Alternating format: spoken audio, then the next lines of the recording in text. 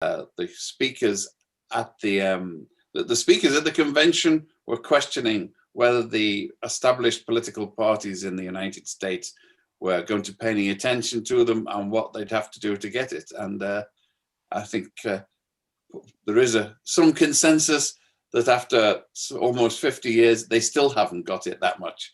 But that's why we've got you here to compare the film then and now.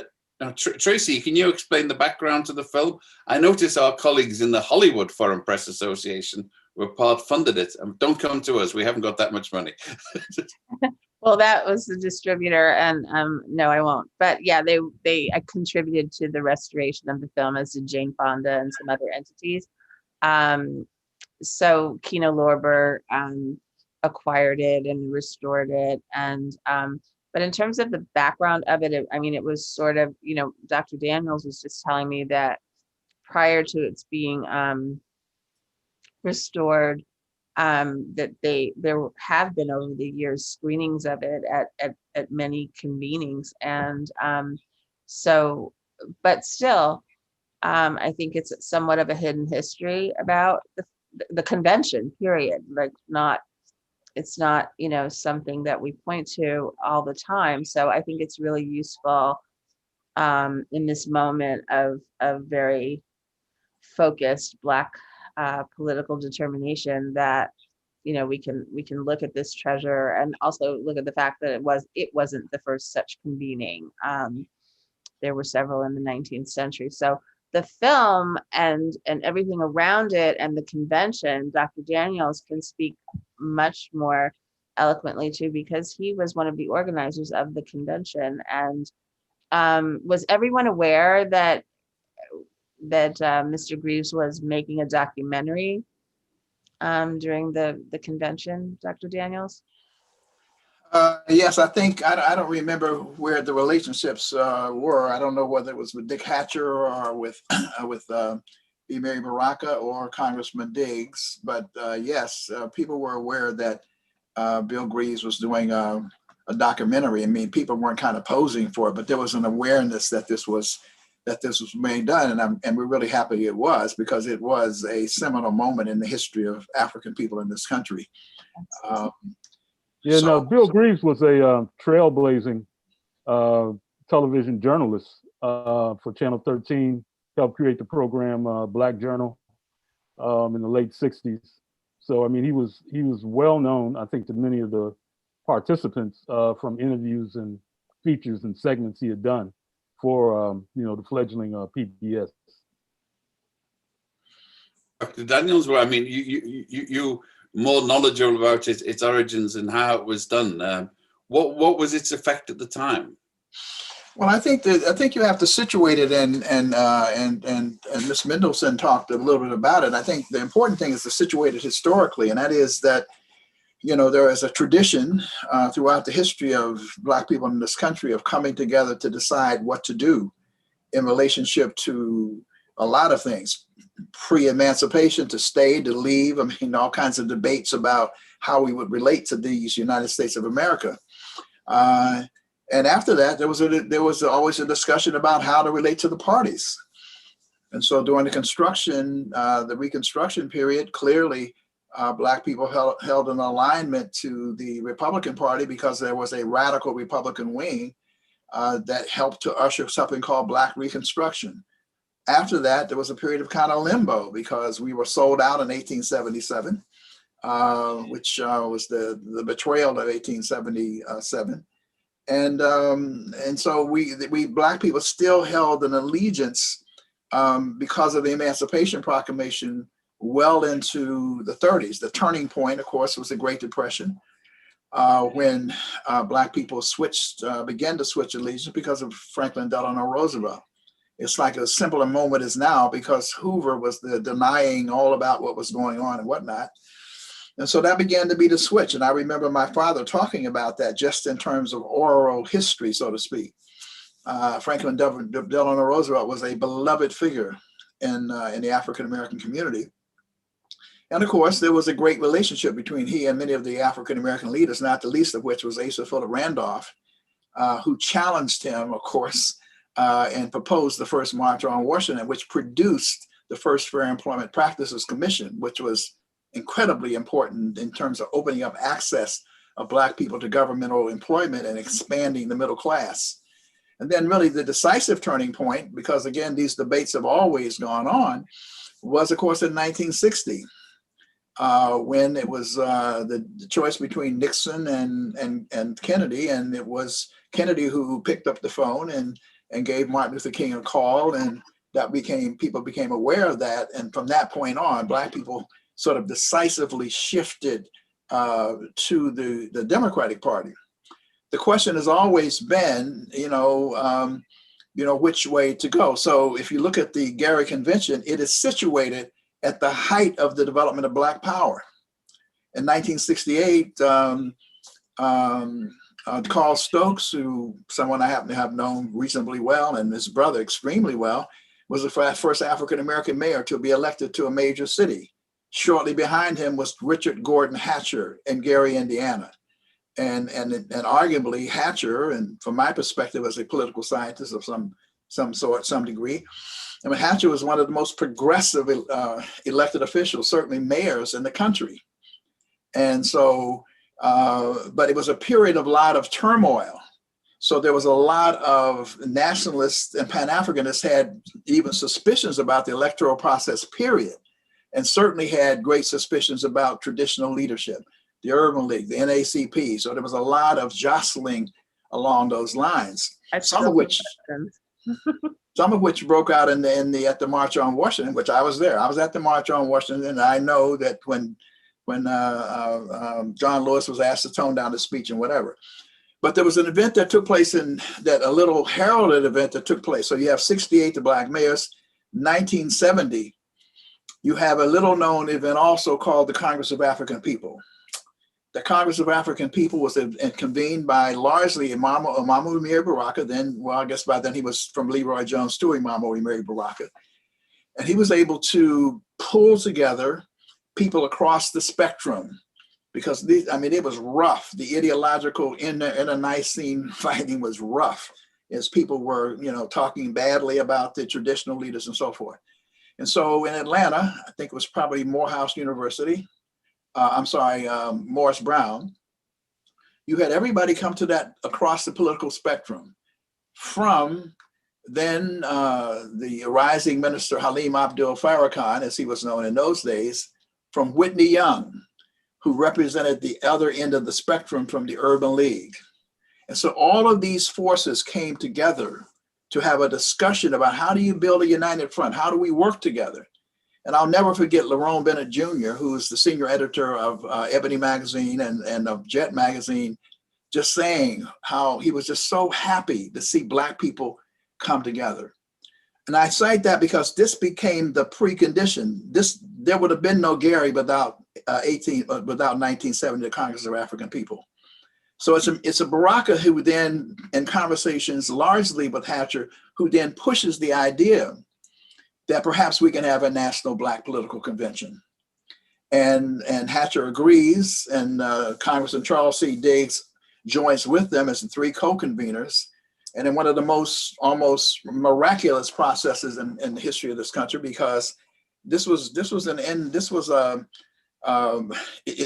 that wasn't supposed to happen so fast. Some people got together who knew each other. Somebody put up $100,000 to get the process going. It was good to have Black power because Hatcher was the mayor. He turned the city over, largely to the folks, and then launched a process which was amazing, because today when people talk about a Black agenda, and then this was a presidential election year. So 1972 is a critical presidential election year.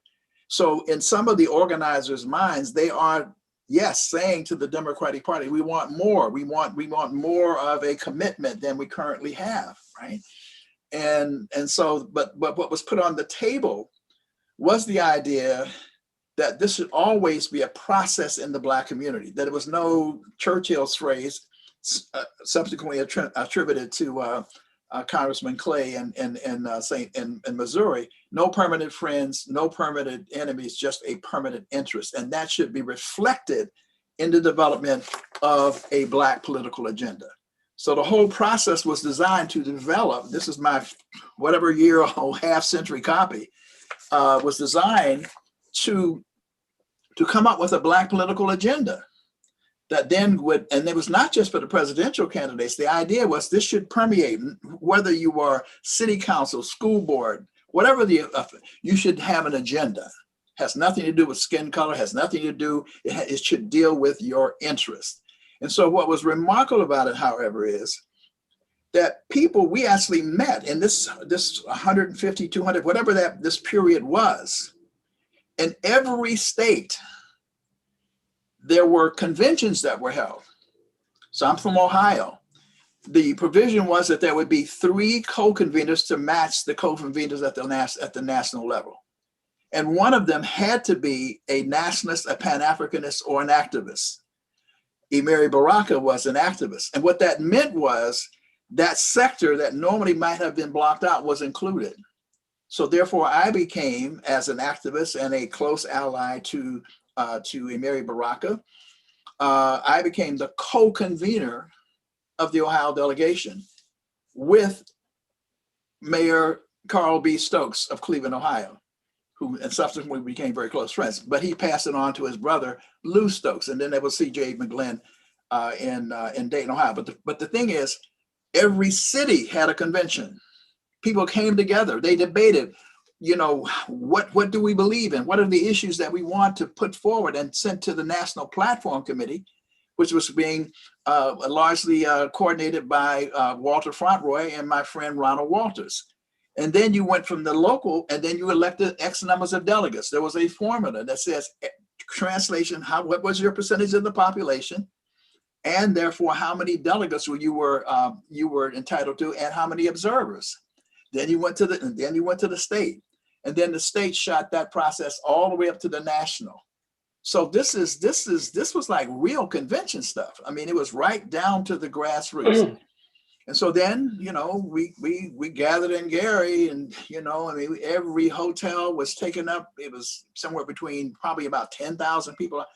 Every hotel was taken up for like 25 miles, and this remarkable gathering. And when you walked into the hallway, we had all seen the Democratic National Convention. We had all seen the Republican National Convention. Now, all of a sudden, here is the Black National Convention organized by delegations. You had your banners and the whole nine. I mean, it was just unbelievable what transpired. So that's the background in terms of how this was done and why it was done. And at the end of the day, what transpired was that there was a lot of jockeying and for position and so forth. There were some people who wanted to have a Black political party, coming particularly from the progressive nationalist Pan-Africanist forces. Because in this year, people should also remember, this to me is the high watermark of Black nationalism and Pan-Africanism. Because in 1972, right after the Gary Convention, there was the first African Liberation Day, which really spawned the Free South Africa movement and a number of other movements. I mean, it was really an era and a period where the whole notion of Black consciousness and Black nationalism and Black identity was flourishing. And so when we got to the convention, there was a caucus of us who were maneuvering to make sure our voices would be heard. And one of the things that was on the table was the idea of a Black political party. The other thing that was being pushed forward was the idea of people being a little bit frustrated with integration, coming right out of here in the city of New York, Brooklyn, Oceanville, Brownsville. People said, why should we be chasing white folks around trying to integrate with them? Community control of education was a major resolution that was being put forth. The second resolution, which was controversial, was the idea of recognition of Palestine and the Palestinians. So these two resolutions, plus the concept of a Black political party, were the most controversial issues on the table. And as these issues hit the floor, eventually it was very difficult. But eventually what happened was there was a resolution put forth and it was put forth by Waldemar Stewart here from New York, that the composite resolutions from the platform be accepted. And so therefore people didn't go through line by line and item by item. It was passed in composite, but in that composite was the Israel resolution or the Palestine resolution and community control.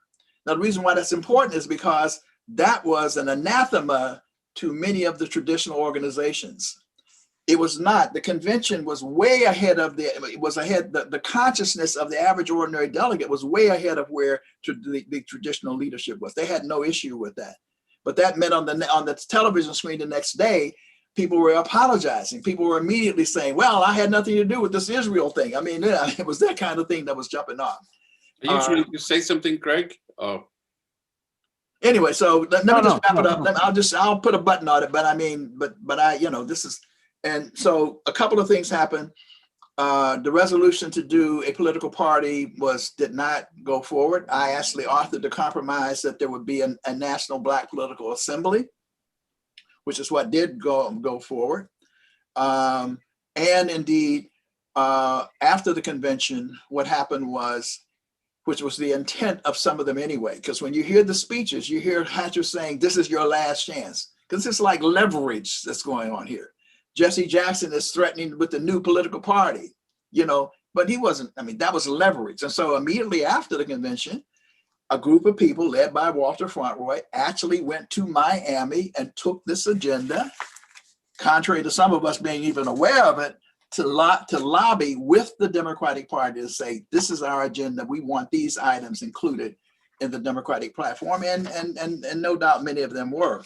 The lasting legacy, however, more than anything else, is that the Gary National Black Political Convention was tantamount to the Manchester Pan-African Congress.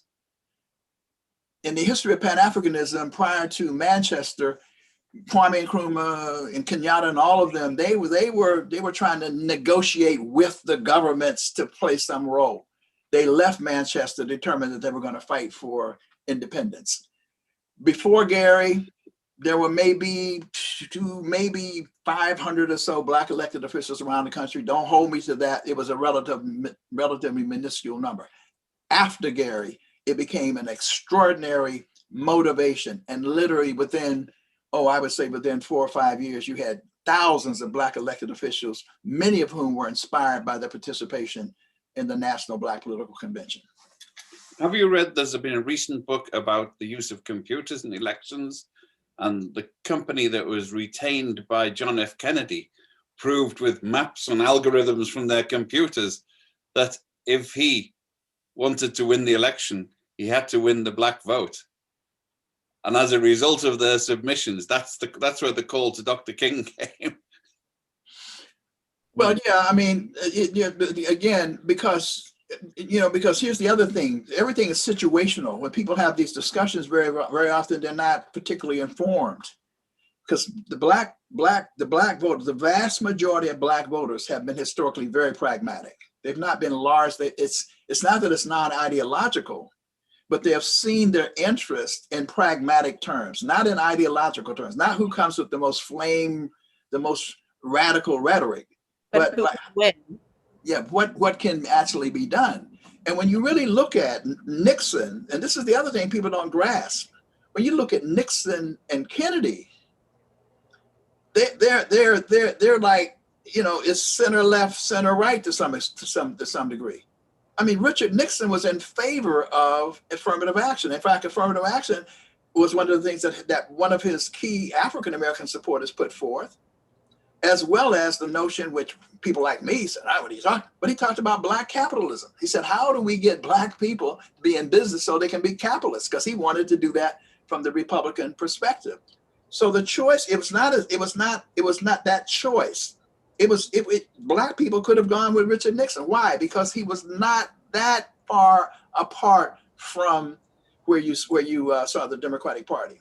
He supported single-payer healthcare as well, as I remember.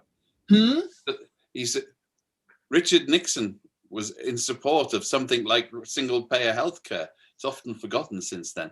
by Well, both. not only that, because people are ahistorical. This is what we're facing now. This is when you start. It's a different Republican Party. I mean, the Republican Party now is the long ultimate triumph of Barry Goldwater on steroids, because Barry Goldwater was rejected, right? I mean, Barry Goldwater, began the conservative wing of the Republican Party, which included people who were part of the White Citizens Council and some of those kind of forces in some ways, maybe not as robust as today. They were rejected, but they began a process of building towards creating a more conservative Republican Party. The Republican Party in the 60s and the 70s, I mean, Jackie Robinson was a Rockefeller Republican. In the state of New York, you had Jacob Javits, you had Keating. Across the way, you had Clifford Case. I mean, you had moderates. I mean, in those days, real moderates. And Lindsay in New York was an outright liberal. So Black people could choose. You see what I'm saying? You could say, well, to hell with the Democrats. We can go with Lindsay. And Black people did go with Lindsay. Yeah. Today, it's different, because what you have today is Republicanism has become tantamount to being synonymous with being conservative. And not only conservative, it is conservative and more conservative and ultra conservative. So in that sense, choosing is, this is the difference between Nixon and Kennedy. The difference now between a Trump and a Biden is it's almost unbridgeable. So I mean, that's just for some context in terms of a perspective on how to examine it. Ron, I'm curious. What was the conversation about Shirley Chisholm's campaign at the convention? Not good, and that's one of the things. In fact, a book is being written by that.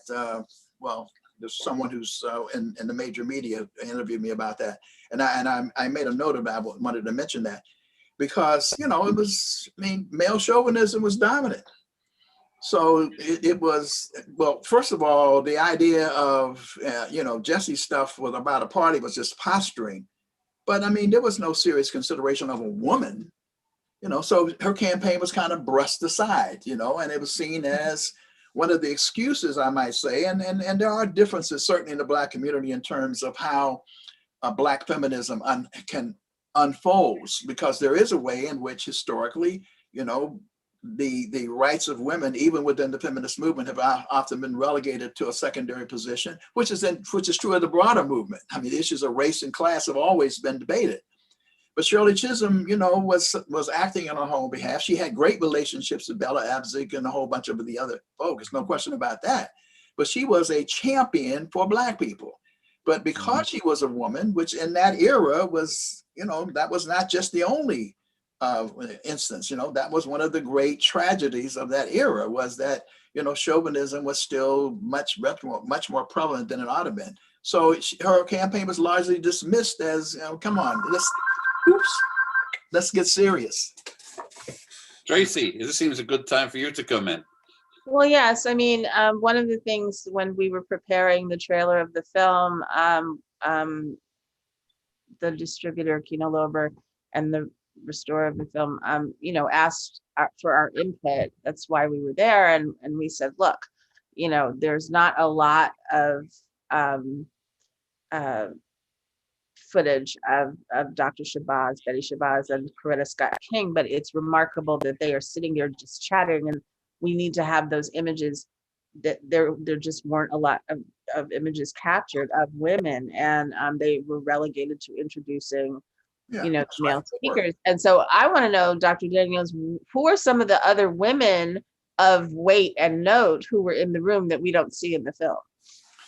Well, I don't. There are. That's a hard recollection, but I know that some of the other key players is a woman who I really had great respect for. She was the secretary. The Secretary of State or the Treasurer for the state of Oklahoma, Hannah Atkins, and she ended up playing after the convention, playing a role, because what happened was a lot of the elected officials defected after the convention because these positions were a little too strong for some of them, but she stayed on board. And there was Representative Lois DeBerry, really, really powerful sister out of Tennessee. Yeah, my mom's home state. Yeah. Oh, Lois DeBerry, so phenomenal, Yeah. if you will. Thank you for bringing her name into the No, moment. no, because she played a role. She was a part of the leadership. She was a very, very strong advocate for lots of issues, eventually, particularly criminal justice reform in Tennessee. And she became the Speaker Pro Tem at some point, in her career. I'm not sure whether seated Lois Tucker or not, but she may have been. But seated Lois Tucker was the Secretary of State from Pennsylvania, and very, very, in fact, she was the founder, along with Shirley Chisholm, of the National Congress of Black Women, which is now headed by Dr. Ife Williams. And so there were women who played roles, and who played roles, and to some degree even in leadership. But it is the case that was, unfortunately, that we had not grown and evolved as the way women have now. I mean, it wasn't if the men relented. We weren't featured on the main stage. I mean, we weren't. We had to be pushed. But I'm going to mention another name in another context, in terms of a woman who was not even on the program, but has had an enormous impact. And her name was Queen Mother Audley Moore. Yes. You will see her in the movie. I think she's Get Your Reparations, right? Yeah. Now, Queen Mother Moore was my mentor. And she said she was a brain surgeon. And her mission was to operate on constipated minds, and mine was one of them. In the sense that, people didn't know much about reparations, and we were all sort of grappling for consciousness in a lot of different ways. And she took me on her wing and did a lot of things. But anyway, Queen Mother Moore was really respected by a lot of folks. I mean, she just muscled her way into places. She refused to have someone say no. Yeah. And but the fruit of that is, since that time, the reparations movement, from being something that many of us knew nothing about, didn't know about, didn't even know whether it's possible, has grown phenomenally. In fact, I frankly have the distinction of serving as the convener of the National African American Reparations Commission, and we're on the verge in this election where people are about critical choices. We just had a forum last night entitled, at least the organization in Cobra, called "Reparations is on the Ballot," because there is the real possibility that H.R. 40, the bill, which was created initially by my dear friend John Conyers, will actually, it's been changed. It's a new bill. It's no longer a study bill. It's a remedy bill. Will actually pass the Congress of the United States. That is almost as unfathomable to somebody like me as Obama being president. I mean, I would not have believed that out of all this work, we're at this point. But Queen Mother Moore played a critical role in educating. I mean, just grabbing people. And so at that point, probably, I don't know that's to be sure, but I would say that probably 15-20% of Black people believed in reparations, not so much because they didn't believe that it was right, but they just thought it was a figment of our imagination. This is never going to happen. Today, that number is, the number of Black people who support reparations is about 70%. Still too low. Greg, I'm interested. And Greg, you need to come as a. This must be a bit like looking through a time machine. That's not at all. Not at all. I mean, I just turned 63. I grew up in. Oh, you have? Sorry, you don't. Yeah. It doesn't show. Right. But I grew up in what's called a movement household, Dayton, Ohio. My parents, Charles and Florence Tate, were friends of C.J. McLin. Supported him. C.J. I see it. Yeah, this is crazy. Yeah. I know you knew Dean Lovelace and all them folks out of there. Well, we moved when I was about 14, but up, through 60 to 70, my parents were involved in the movement. They had to march on Washington. My mother was at the convention in 72. Yeah. She told stories about that, about how well Baraka managed the stage and even the New York delegation at a certain point of kind of upheaval, but it's interesting. Just before we move on, I wanted to ask you, again about Shirley Chisholm, because I seem to remember, if not from, certainly not from this documentary, but from another one, that there was a gathering of the leadership that included Ron Dellums, who decided to support McGovern instead of Shirley Chisholm. And I was wondering, did that happen at the convention or somewhere else? It may have happened somewhere else, but I'm not sure. I'm not sure. Okay. I mean, I'm not sure about that part of it, but I do remember one of the key leaders that I was in conversation and just dismissing it summarily. Oh, we need to get serious. We don't have time for symbolism and that kind of thing, And Right. and I don't think that would have been the case had that been a man. Though I must say that people have to remember that when Reverend Jesse Jackson decided to run, much of the leadership, the established Black leadership, dismissed his campaign in 1984. Mm-hmm. Just that Reverend Jackson was, Reverend Jackson is this phenomenal individual in many respects. I mean, And again, I'll interject. My mother was his press secretary for that campaign. Oh, wow. okay, all right. And Glad to be hosting a family reunion. And she passed about 6 years ago, but she went to Syria with him and Farragon on one of Reagan's Air Force One planes to retrieve the Black pilot who had been shot down. Goodman. Yeah, right. Yeah. But Brought in the Middle East there, and there's something that you might know about, because I was writing a book about the Israel lobby at one point, and I interviewed one of the prominent rabbis, and I said, could you explain why it is that the Congressional Black Caucus never made a fuss about South Africa's ties with Israel? Because Israel was the major, supplied nuclear weapons to South Africa, brought the diamonds, bust the sanctions on behalf of South Africa. And he paused and he said, that's very perceptive of you. I went to the Congressional Black Caucus and we gave them a deal. We support your domestic agenda and you shut up about South Africa and Israel. And the deal is held ever since, he said. So that's coming out my memory. I don't have my notes, but I'd love to hear any comments you have, because you tied it back to how controversial the Palestinian issue was in the 72 conference, and especially with the establishment, who are used to dealing with the traditional sort of leftish, liberal Jewish establishment. No, it was, and in some ways, SNCC had already dealt with that, not necessarily in terms of Jews per se, though it is the case that many of the people who supported the civil rights movement, even in the South. I was the executive director of the Center for Constitutional Rights. Center for Constitutional Rights is essentially radical. Well, many of them are anti-Zionist Jews, but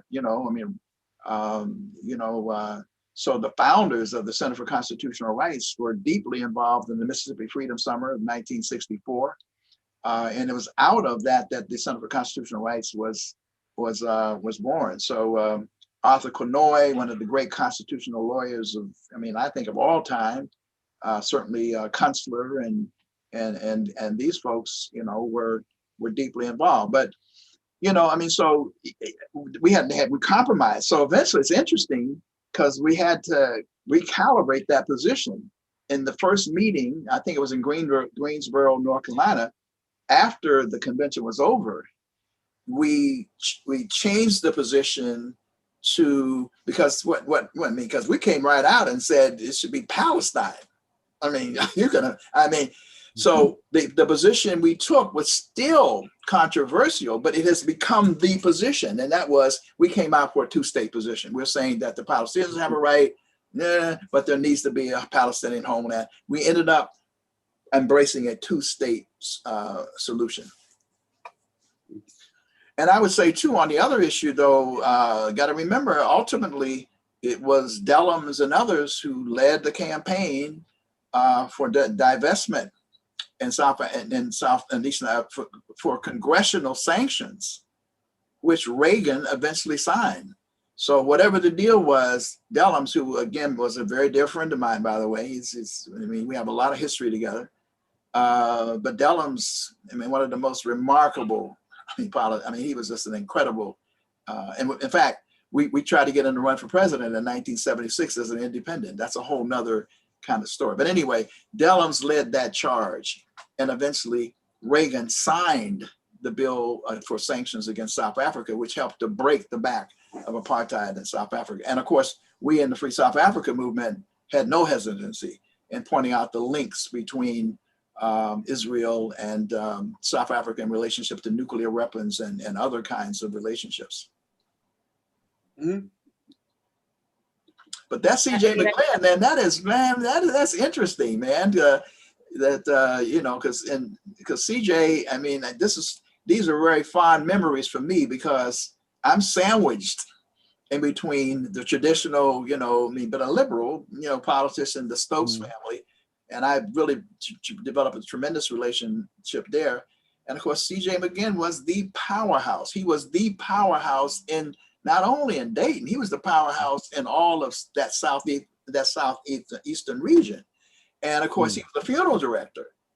And and I understand on Saturdays he would hold, you know, people would come and you know, he would hold house and grievances, and he would provide help and whatever. So you know, and one of the things that I like now is the work I do. I do a lot of convening, a lot of facilitation.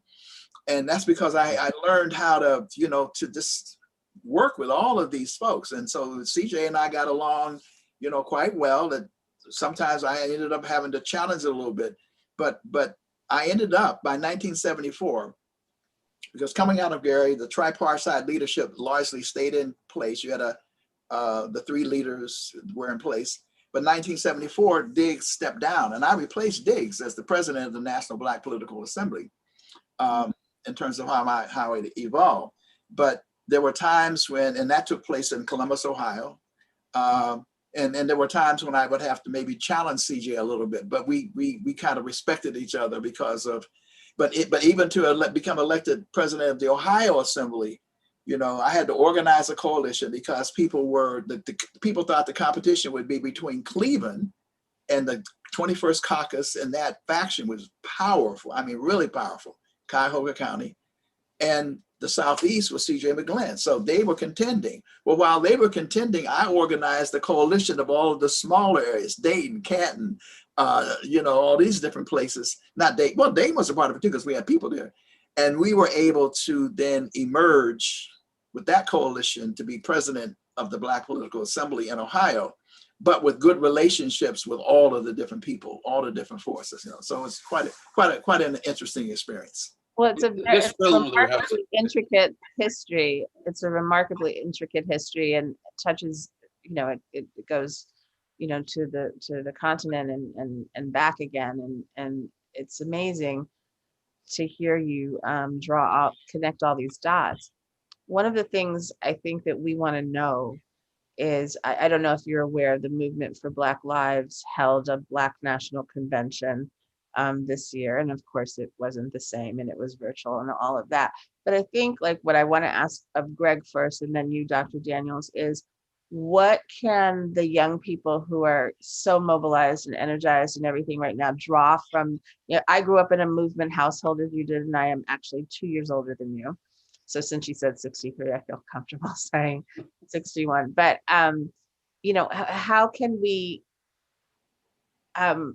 what is the wisdom that they need, or is it just youth and determination that they need? But I feel like so much of this history's lost.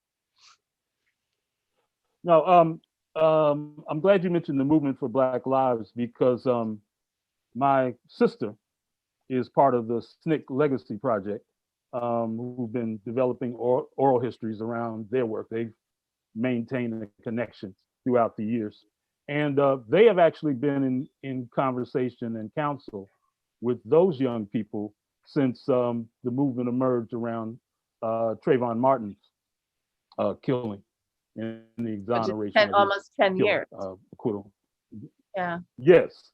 So, and if you know, so throughout their entire development, they've been in counsel with these elders around the movement, because they had many questions for them from the beginning about how you mass mobilize, how you maintain discipline at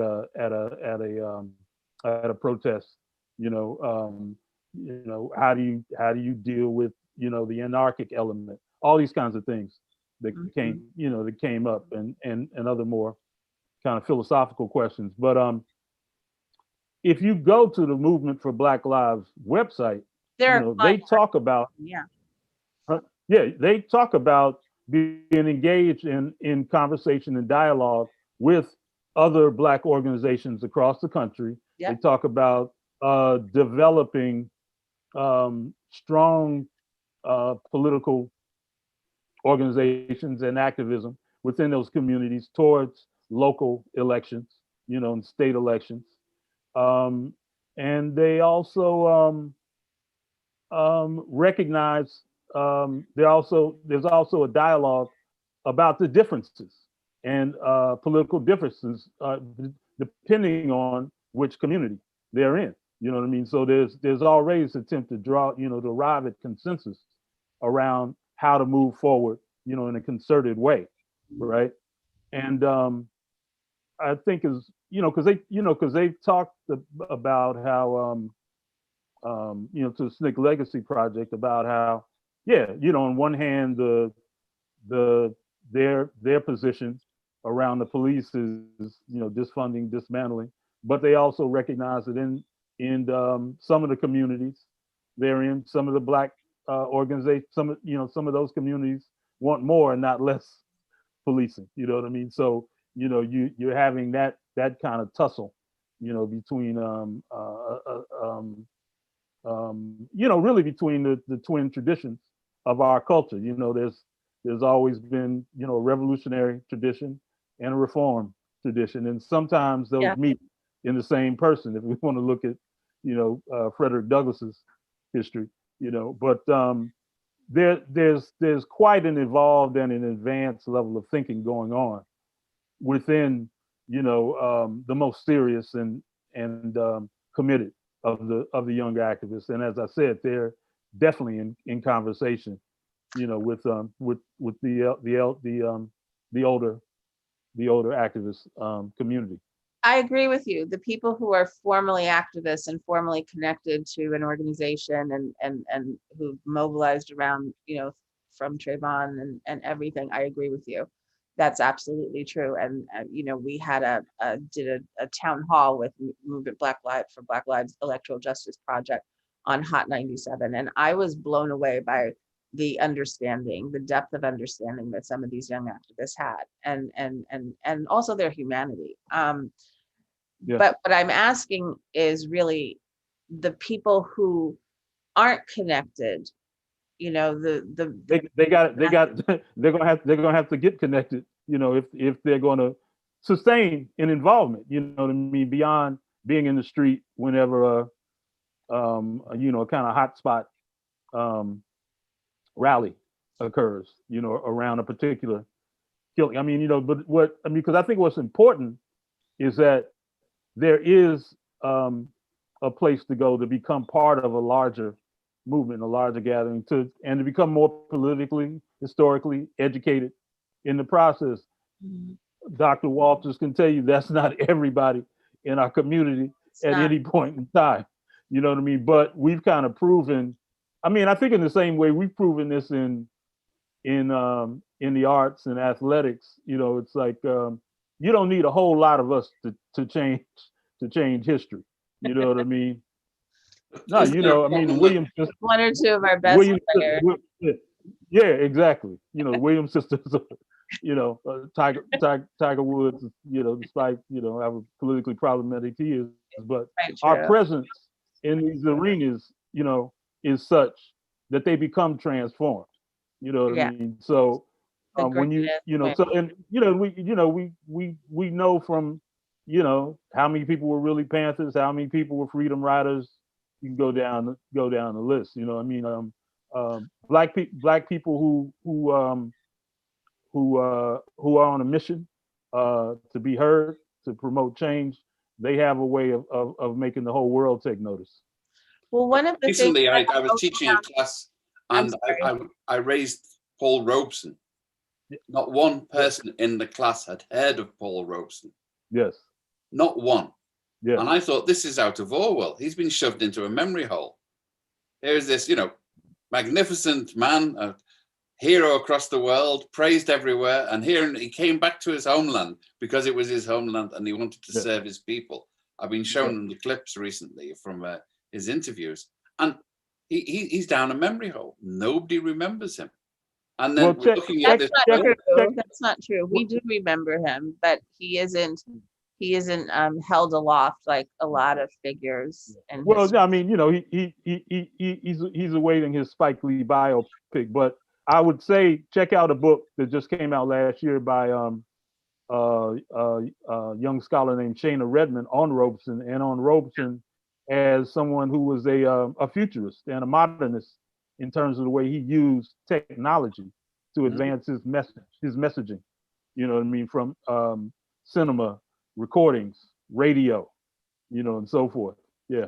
I'm glad you said that, because one of the things in my work, I mean, I'm an activist, but I'm also a marketer and a communications professional. And so, always trying to find the way to make the message palatable and, have the greatest reach.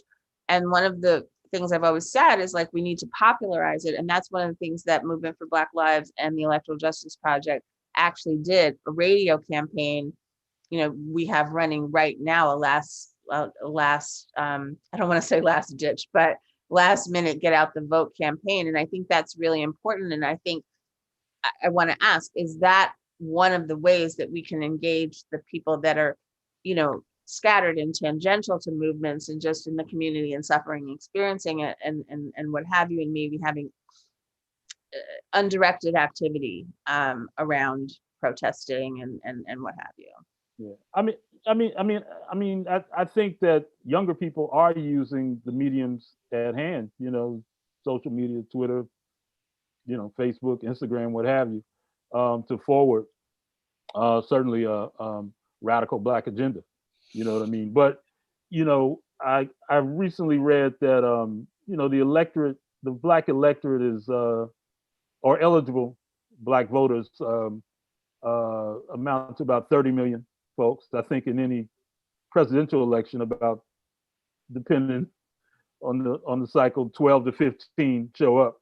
So you've got, as is true in America, where it's anywhere from 80 to 100 million just don't vote at all, out of, some say apathy, and maybe disenchantment, and maybe a sense of distance, from Washington, as any kind of it's also considerable obstacles, getting registered, getting to the poll, 6 hours in a line in the rain to vote. Yeah. This is barbaric. This isn't a civilized country when you see lines like that. I'm glad you used the word barbaric, because who was it, Dr. Daniels on the stage, who was calling out the practices in this country as barbaric. And I was really impressed by some of the, just really unapologetic language that was being used, that, is, there's a certain amount of risk involved in calling out, things as that white people do to people in this country as barbaric. It may have been Dick Gregory.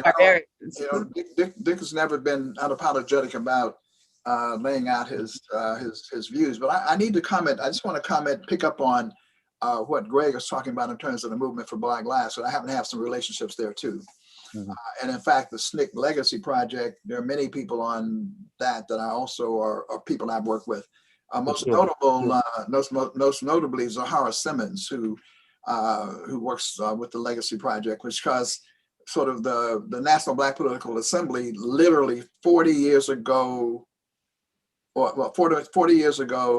this month, or in August, finally declared for a Black political party.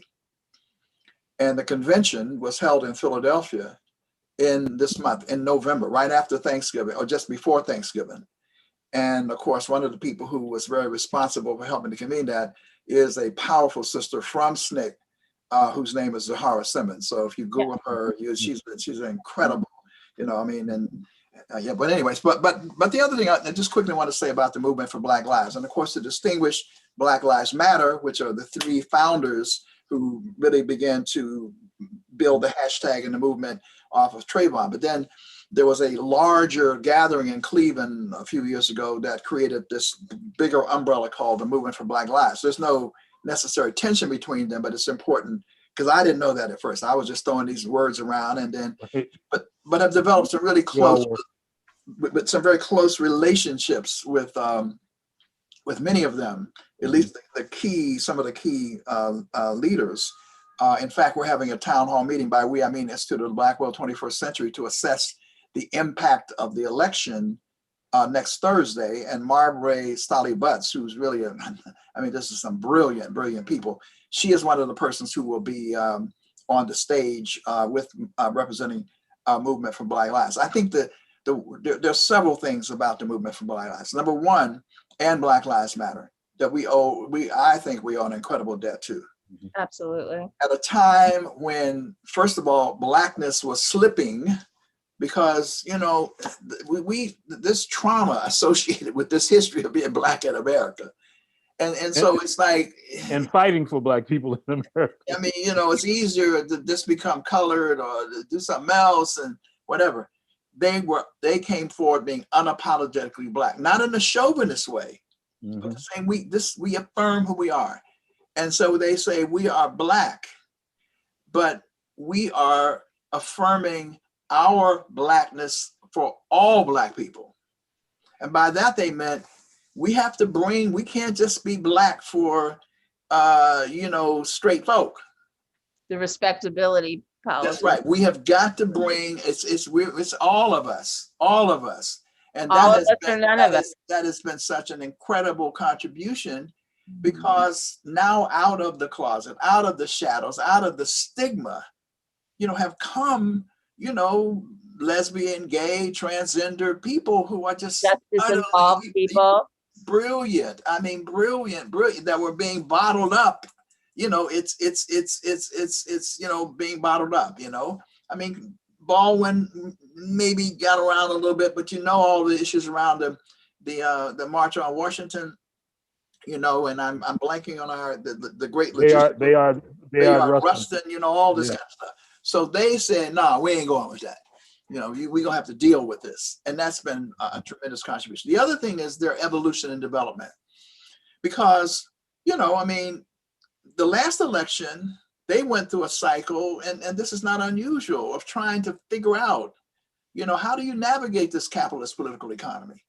You say you're anti-capitalist, and yet you're asking us to be involved in the electoral political process, which is kind of, you know, it's new thinking, and some of us, you know, and so they were like not so much on board with getting engaged. But there's been an evolution to the point that what you're talking about now, where they are now, the justice electoral table is one that said we can figure out how we can engage this process without sacrificing our principles. And one of the things they did is very interesting for millennials, or whatever that generation is called, which is supposed to have a short memory. The policy agenda is hundreds of pages long. I mean, it's like this huge, voluminous document, but they thought about it, and they have positions on everything. And it is designed to figure out how to repair and restore our communities at all levels. And so they're pushing it out off of the demonstrations and so forth. So I think, you know, what many of us, and I've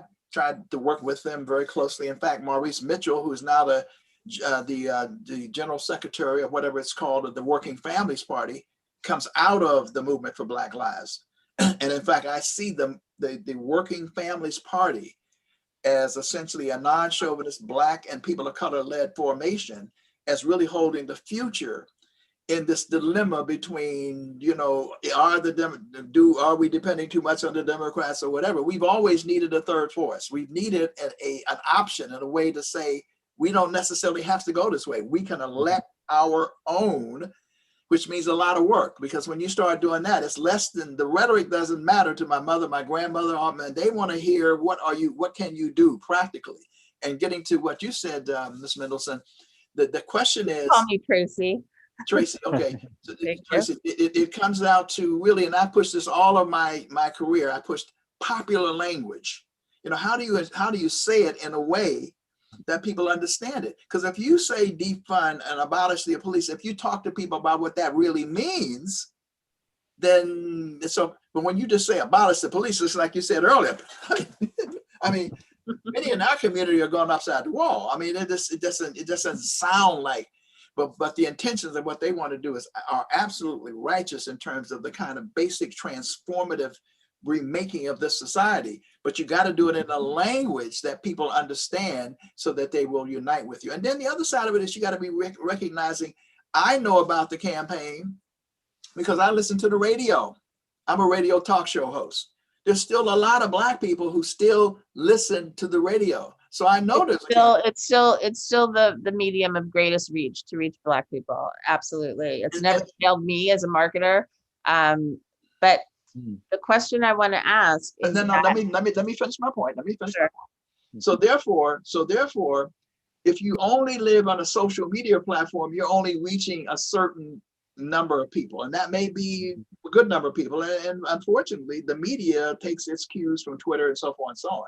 But that's a whole alternate universe that a whole lot of Black people ain't in, don't want to get in right now, whatever, but still listen to the radio. So it's interesting sometimes when I'm interviewing some of them, I'll say, well, they'll give out the social media handles, but they won't give out the telephone number, or they won't give out even an email address. And I chastise them. I say, look, wait a minute now, come on, you got to have a phone number you can give people. You got to have a way to reach it, because you got to reach all of the Black communities you're building these relationships. And there's a lot of education that needs look, to happen. I'm really glad that you brought up the Working Families Party, because if Tracy hadn't come to us with the news about the film, that was going to be the subject for tonight's press conference: the third party system, working families, and the governor's attempts to suppress it. The Working Families Party obviously want people to vote on their line next week. We can't endorse this because we're the Foreign Press Association and we're objective and dispassionate. But just taking it back after 50 years after this film, can we have a real sort of elevator pitch? What does that film say to people now in the present circumstance when, from one way of looking at it, fundamentally a lot hasn't changed, but some obviously has. So what has changed in this 50 years since tying it to the third party aspect in the Working Families Party, I just want to get this across, because I've been getting a lot of appeals to vote for Biden-Harris on the Working Families ticket. And I'm sorry, I've been a registered Democrat since my 18th birthday. My aunt had somebody from the local party come to register me at home. Was my birthday present. But I'm scared. I have this feeling, that my vote will be lost if I do that. But my thinking has started to change about that. And how important is it? You've said in this election, how important is it to do that? Or is that something for another time? Well, right? You're asking me from what my reportorial work is that Governor Cuomo has been trying to drive the working families off the ballot paper in New York. And unless the Working Families Party gets, I think it's 50,000 votes on their line, then they get wiped off the ballot next time, which means that he can succeed with his independent Democratic caucus and bring back rent control. This is a completely dispassionate reportorial version of this. So it's up to you, but it is very important. If you want to keep the Working Families Party going as a ballot line, then you have to vote for them. The vote still gets counted for whichever candidate you want. Right. I'm hereby reassured. Greg? It's called fusion. So fusion, New York is one of the few states that have fusion. Now, fusion used to be all across the country. And I can say this because, I will also, I've been in this third party stuff. I ran as an independent candidate for president in 1992 in order to advance the idea of a third force. My great disappointment was, that the Rainbow Coalition did not become that force. So I actually ran, and today in the era of social media, I would have been much more successful than I was then. But fusion, so it's different than voting for the Green Party or another party for another candidate. That in this particular moment, even though I'm even in favor of all of that. But right now, the great mandate is to build up the largest possible popular vote as possible, so that there is absolutely no question about the outcome. So when you vote for Biden and Harris under the Working Families Party, you don't surrender your Democratic Party membership. So Yes, you'll be safe. Okay. They still get your votes, and the Working Families Party keeps its line. Right, I'm that's Not the in the ballot paper reassured. next year. I'm hereby reassured. Greg, what say you? Yeah, well, you were asking about what has changed. I mean, I think that what was concurrent with the convention was the explosion in Black popular culture that occurred in the 70s and in the 80s. Through R&B, through hip hop, through Black people kind of taking the reins of the means of production culturally, as we've always done, to advance our position outside of the electoral political spectrum. I mean, we've basically proven remarkably self-sufficient as a culture when it comes to really creating the dominant cultural voice of America, over the last, 150 years, So the degree to which like the political convention to me represents an attempt to bring the conversation about Black politics into the popular realm. That's something that occurred really in the late 60s and 70s through the Black Power movement, Black Arts movement. It was as much a part of the popular thinking of Black people, particularly because of the genius of Amiri Baraka and really like marketing the political culture as another voice of the community, right? In the place and time. Yeah. And when I look at the film, I think about the fact that America's called like a democratic experiment, and we've been some of the grand experimenters, with the process, with the Frankenstein process, of American politics, and when you look at the range of people who come together from the radical, the revolutionary, the reform tradition, on that stage, when you see the representation of music from, Phil Caron out of AECM in Chicago, Isaac Hayes, you know what I mean? Like, you really seeing this kind of once in a century coming together of these multiple strains of thought and expression and politics, in the same place. So I mean, it's a undeniable kind of milestone, and marker of our capacity to actually, bring 40 or 50 million voices together around empowerment, and I think that's the important legacy, that was established, by the convention and is documented in the film. And I mean, kind of what we consider the radical voice of Black politics, as a cyclical kind of motion to it. It's kind of every 20 years it reemerges in a very in a very noticeable public kind of way. Look, let's hope that this time it doesn't submerge again for 20 years and it stays afloat. Yeah. We really do have to finish now because our time is Okay. up. So I'd really like to thank you for the stimulating discussion over 50 years. And it's good to be the host of a family gathering, a family reunion. Thank you for hosting us. I'd like to thank you for the Foreign Press Association, and we look forward to seeing you again at some future date, and we look forward to a retrospective after Tuesday, hopefully about how things have changed after 50 years, inshallah, as they say in other parts of the world. But thank you very much. This is Ian Williams from the Foreign Press Association. I'd like to thank our guests, Tracy Mendelson, Dr. Ron Daniels, and Greg Tate, and look forward to seeing you soon. Do look up our website and see the other press conference we've had. We've been covering a lot of these issues. We've been covering COVID.